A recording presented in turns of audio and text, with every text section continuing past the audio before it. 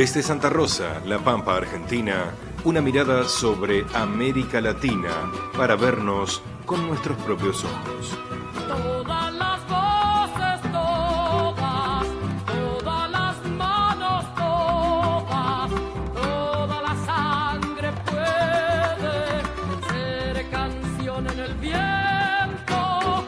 Canta conmigo, canta, hermano americano, libera tu esperanza con un grito en la voz.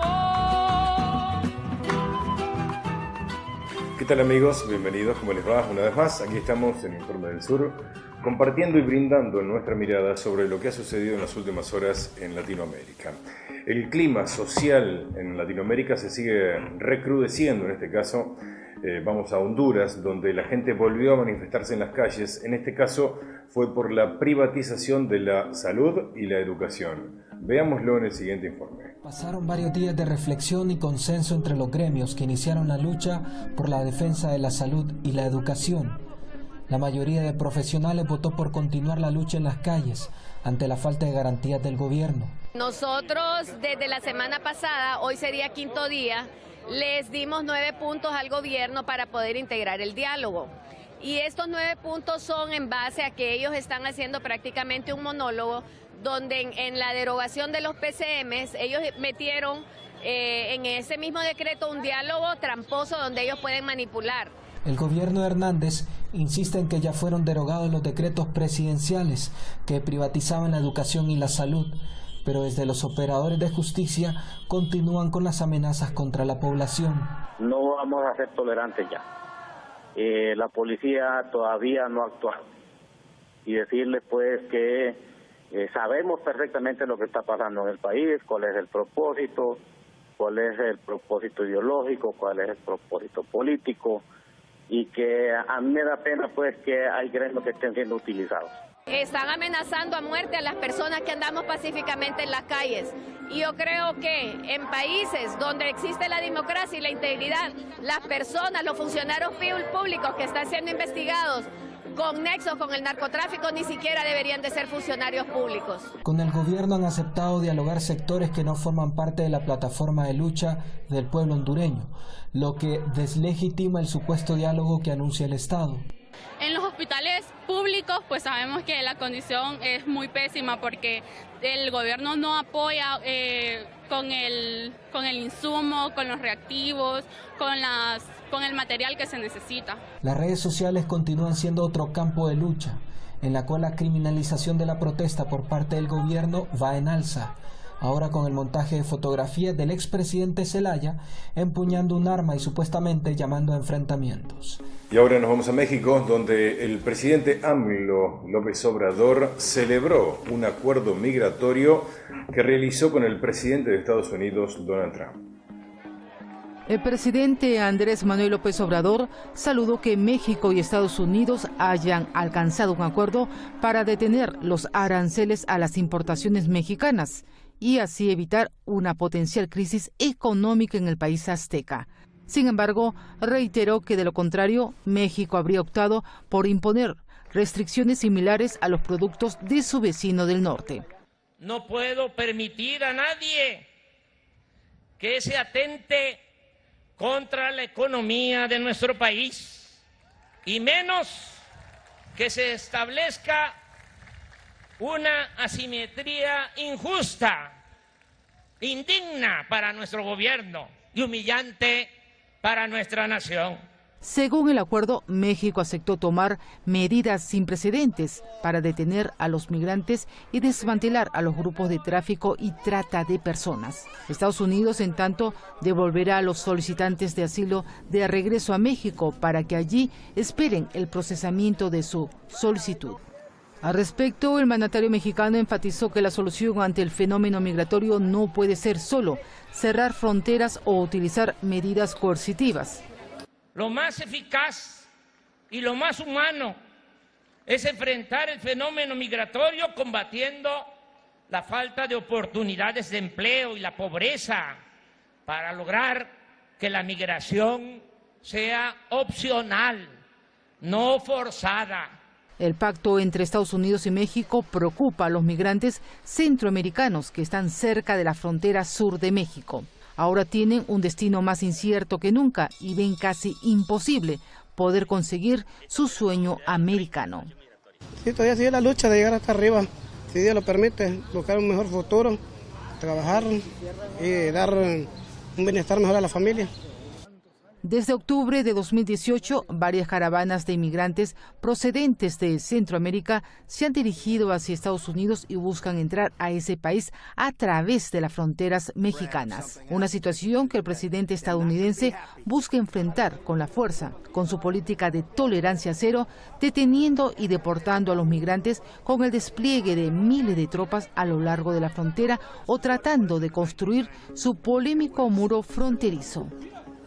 Y una noticia positiva para Bolivia, en este caso la Organización de las Naciones Unidas destacó las políticas llevadas adelante por Evo Morales en sus distintos gobiernos. Escuchamos a un representante de este organismo. Experto de la Organización de Naciones Unidas señala que Bolivia en los últimos años ha implementado medidas alternas al contexto internacional, lo que ha permitido llegar a crecer económicamente hasta 4 veces más desde el 2005. Bolivia, que en algún momento fue un país de ingreso bajo, muy endeudado y que sufrió una serie de crisis de deuda e hiperinflación, es ahora un país de ingreso medio, con el cuarto crecimiento económico más alto de toda la región de América Latina y el Caribe. La economía boliviana creció 4 veces entre el 2005 y el 2017. Lo que sobresale en el modelo económico boliviano es que el gobierno ha incrementado estratégicamente los ingresos mediante la introducción de un impuesto directo a los hidrocarburos y que lo ha dirigido a la inversión pública y gasto social. Asimismo, Bolivia es el único país en la región que ha tenido una reducción importante en el indicador de la pobreza en su población, y esto gracias a políticas aplicadas como la redistribución. Entre el 2006 y el 2017 la tasa de pobreza disminuyó del 59.9% al 36.4%. Sin embargo, esto no quiere decir que el modelo económico y social de Bolivia sea una receta mágica para todos los problemas de derechos humanos. Recordemos que de acuerdo al informe del Fondo Monetario Internacional FMI, en el país desde el 2005 al 2015 el comercio informal ha sido disminuido. La formalidad se redujo considerablemente de un 65% a un 46% entre el 2005 y el 2015. Otro de los factores que son destacados por la ONU es la igualdad de género que se ha implementado desde las esferas políticas en Bolivia. Bolivia se destaca como el campeón de la igualdad de género por su firme compromiso con este principio. Es uno de los pocos países del mundo que han logrado la paridad de género en el Parlamento. Para la ONU, los grandes proyectos en infraestructura que se realizan en el país ha permitido que la economía se dinamice al generar fuentes de empleo y crecimiento económico. Creo que el gran desafío de Bolivia es consolidar la diversificación de la economía y en este sentido el gobierno puede y creo debe tener un rol central. El informe presentado por el experto en economía de las Naciones Unidas refleja que las políticas económicas y sociales implementadas a partir del modelo social comunitario desde el 2006 han tenido importantes resultados en beneficio de la población y su desarrollo. Y esta semana también se celebró el Día Mundial contra el Trabajo Infantil, precisamente fue el 12 de junio. Vemos un pequeño tape al respecto. En el Día Mundial contra el Trabajo Infantil, Naciones Unidas ha desvelado las cifras que muestran la dimensión del problema. 152 millones de niños en todo el mundo están obligados a trabajar, lo que significa que casi 1 de cada 10 es víctima del trabajo infantil. Y la situación se agrava en África, donde 1 de cada 5 trabajan. La pobreza y los conflictos armados son las principales causas. Lío, escondite, pelota, bolita, tambor, calecita, jardín, almohadón, trombo, peluche, merienda, crayón, tobogán, sub y baja, triciclo, bombón, tiza, curita, monja, algodón, mar, zapatilla, pileta, colchón, rompecabezas, muñeco, muñeca, pincel, poliladrón, atrás del cordón. Los chicos no trabajan, los chicos dan trabajo, los chicos no trabajan. Con esto llegamos a la primera pausa en Informe del Sur. Recuerden que, como siempre, nos siguen en las redes sociales, en YouTube y en Facebook, como Informe del Sur, precisamente. Ya regresamos con más información. Latino tú, latino yo, la misma sangre y corazón. Eso es mi Latinoamérica, hay que luchar, Latinoamérica, hay que luchar, Latinoamérica, hay que soñar, Latinoamérica, hay que pensar, Latinoamérica. Volvemos con uno de los temas de la semana. En Brasil, una investigación destapó irregularidades entre el ex juez y ahora ministro de Justicia, Sérgio Moro, y los fiscales por la encarcelación de Lula da Silva. Escuchamos qué dicen los manifestantes brasileños. Durante una marcha con velas, manifestantes de Sao Paulo denunciaron las arbitrariedades cometidas por los fiscales del caso Lava Jato en conjunto con el ex juez y hoy ministro Sérgio Moro. Entre las revelaciones publicadas por el sitio Intercept está la estrategia montada para filtrar audios entre Lula y Dilma, la organización de las denuncias de los procuradores por el juez Sérgio Moro y los intentos de impedir el retorno del PT a la presidencia. Los manifestantes reconocieron la importancia de las revelaciones sobre el Lava Jato. Constituye uno de los elementos más importantes sobre la imparcialidad del juez. Claramente hubo un procedimiento totalmente erróneo que hiere los principios de la imparcialidad de un juez. David dio un año de su vida a la experiencia de acampar en la vigila Lula Libre en Curitiba frente a la prisión en la que se encuentra el expresidente. Las revelaciones del sitio Intercept lo sorprendieron y también lo esperanzan. Fue impactante cuando salió la filtración de las informaciones. Para mí fue una alegría muy grande porque yo me envolví de tal manera en esta lucha que lo único que quería era Lula libre, porque Lula fue el presidente que más hizo por este país. La sospecha sobre la colaboración del canal Red Globo con el Lava Jato puede ser uno de los capítulos en los 3 años de material que aún le restan publicar a Intercept. El problema ahora son las próximas denuncias y revelaciones que ocurrirán. ¿Quién más está envuelto en toda esta trama que se dio en los últimos años? Frente al Ministerio Público, los manifestantes exigieron una investigación, la renuncia del ministro de Justicia, Sérgio Moro, y la libertad de Lula da Silva. Sentenciaron al expresidente Lula sin tener un crimen. De hecho, el propio procurador dijo antes de ofrecer la denuncia que tenía dudas sobre la relación entre Lula, Petrobras y el caso del departamento Triplex. El Consejo del Ministerio Público Federal ya abrió una investigación sobre los miembros del Lava Jato. El próximo 19 de junio, el ministro Sérgio Moro deberá declarar ante la Comisión de Constitución y Justicia del Senado. Por el lado de Lula, el habeas corpus que puede liberar al expresidente será votado en la Corte Suprema el 25 de este mes. Y seguimos con temas relacionados con Brasil. Jair Bolsonaro, actual presidente de ese país, visitó la República Argentina y aquí, específicamente en Plaza de Mayo, hubo manifestaciones en rechazo a sus políticas.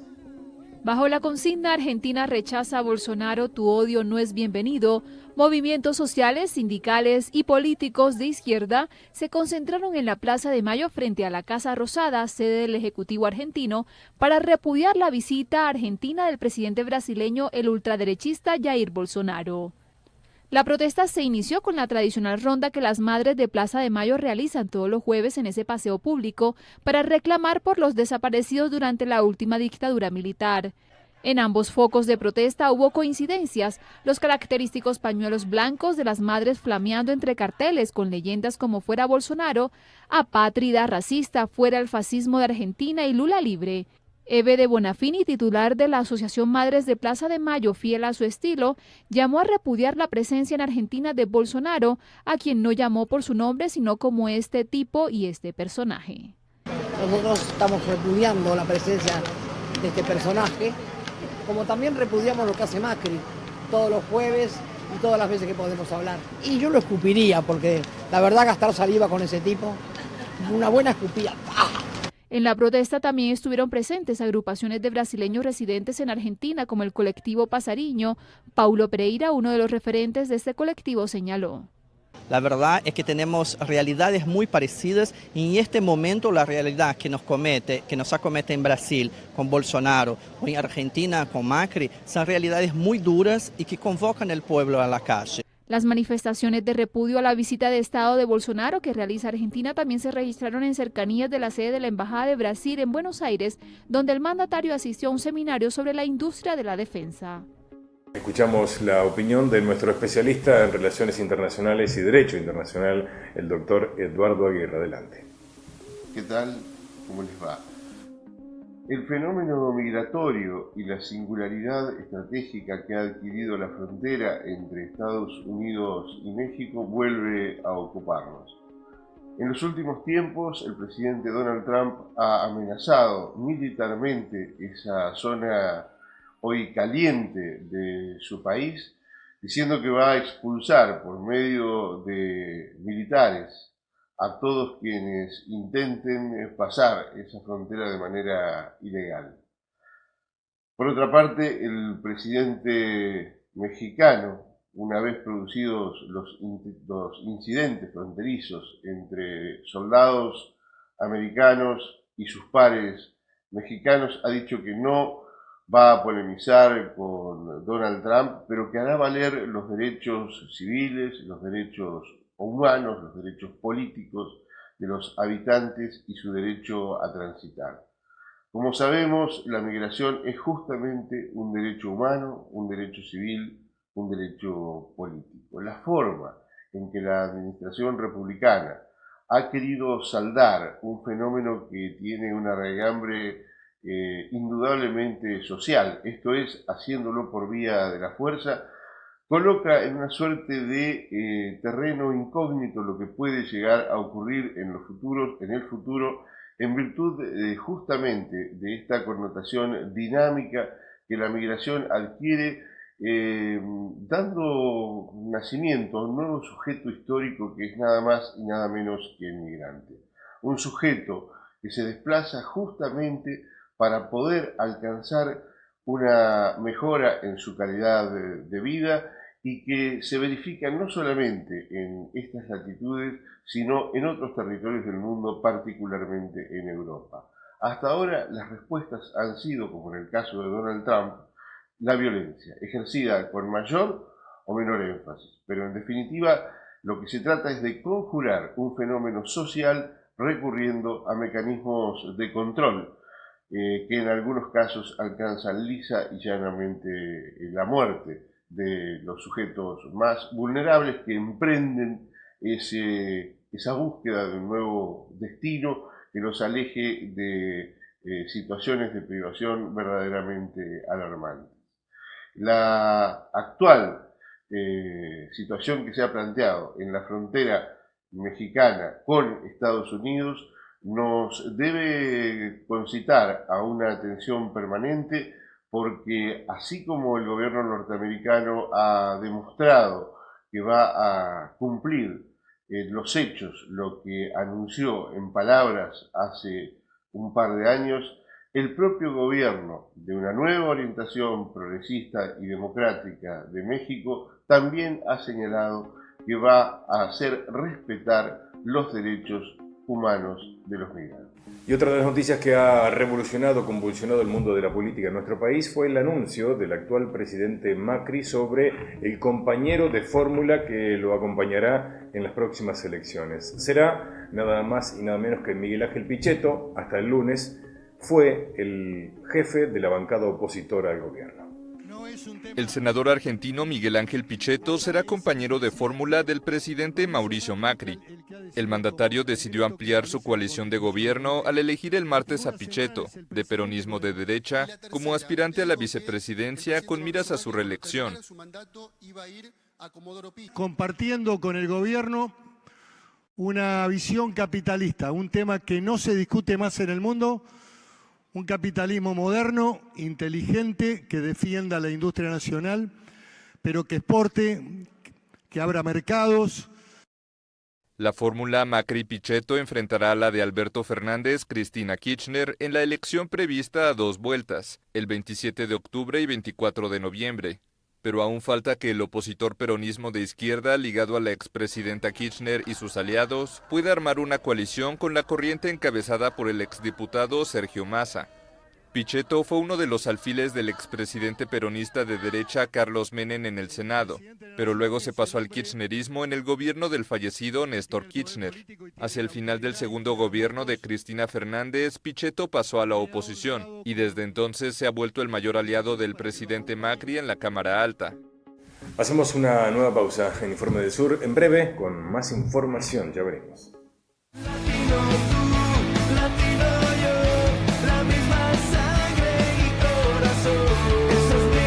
Latinoamérica, hay que luchar.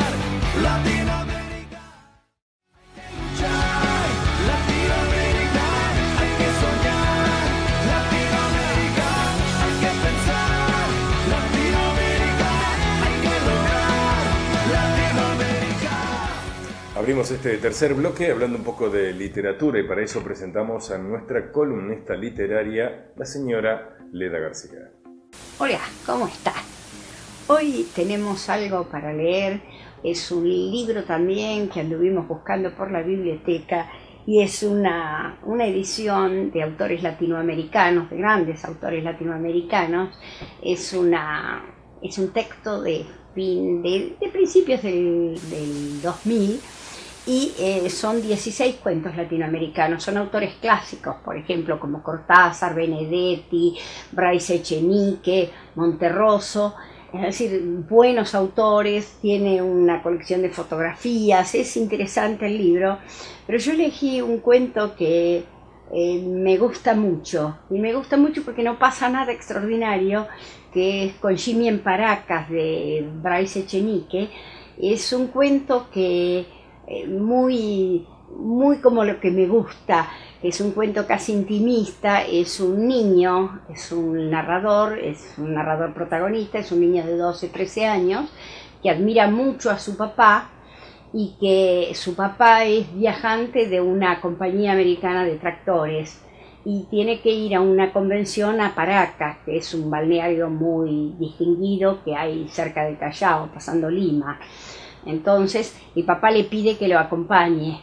Y justamente ha llegado con el dueño de la empresa el hijo que tiene la misma edad que él, y es un descubrimiento y una decepción, porque en este cuento su papá, para quedar bien con su jefe, le permite hacer al niño todo lo que nunca le había permitido. Entonces, es decir, el personaje sufre una tremenda desilusión.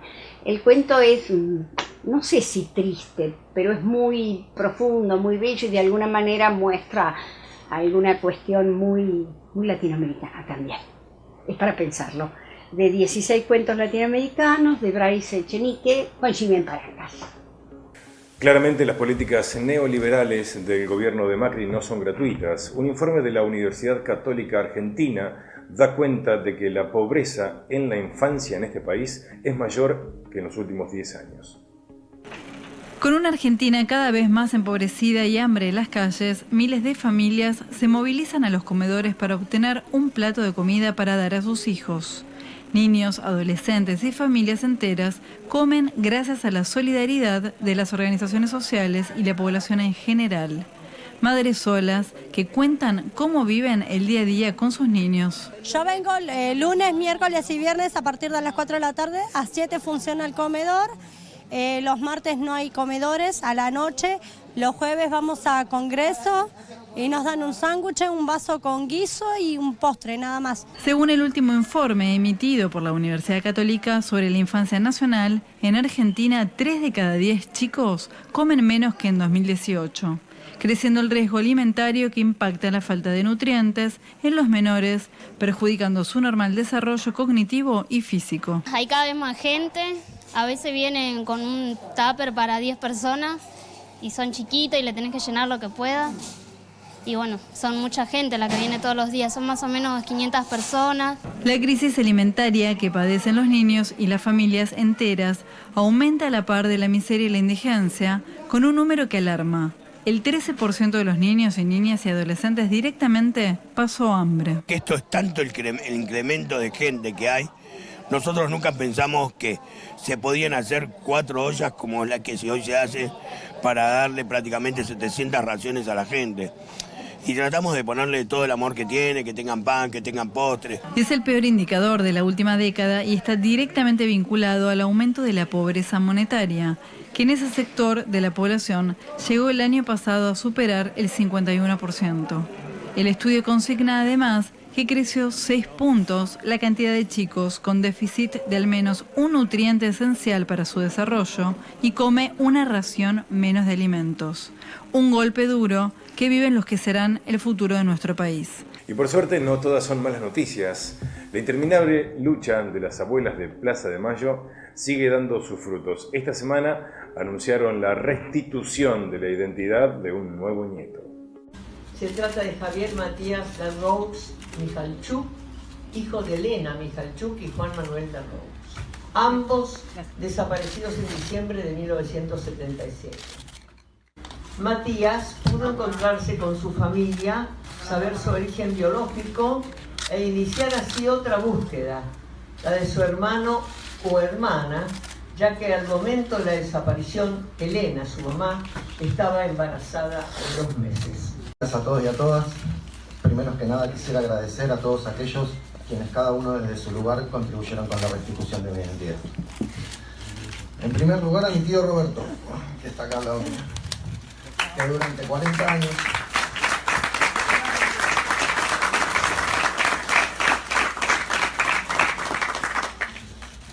40 años nunca bajó los brazos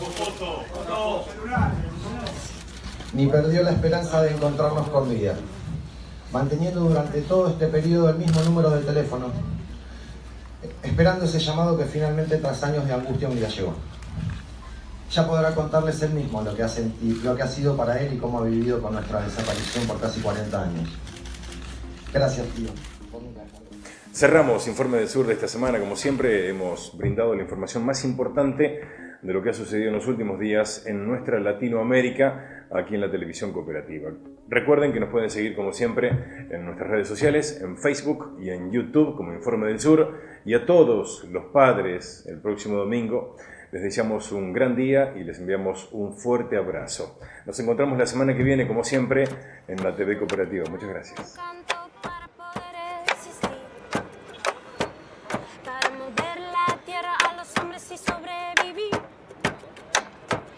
Para curar el corazón, a la mente dejarle fluir, para el espíritu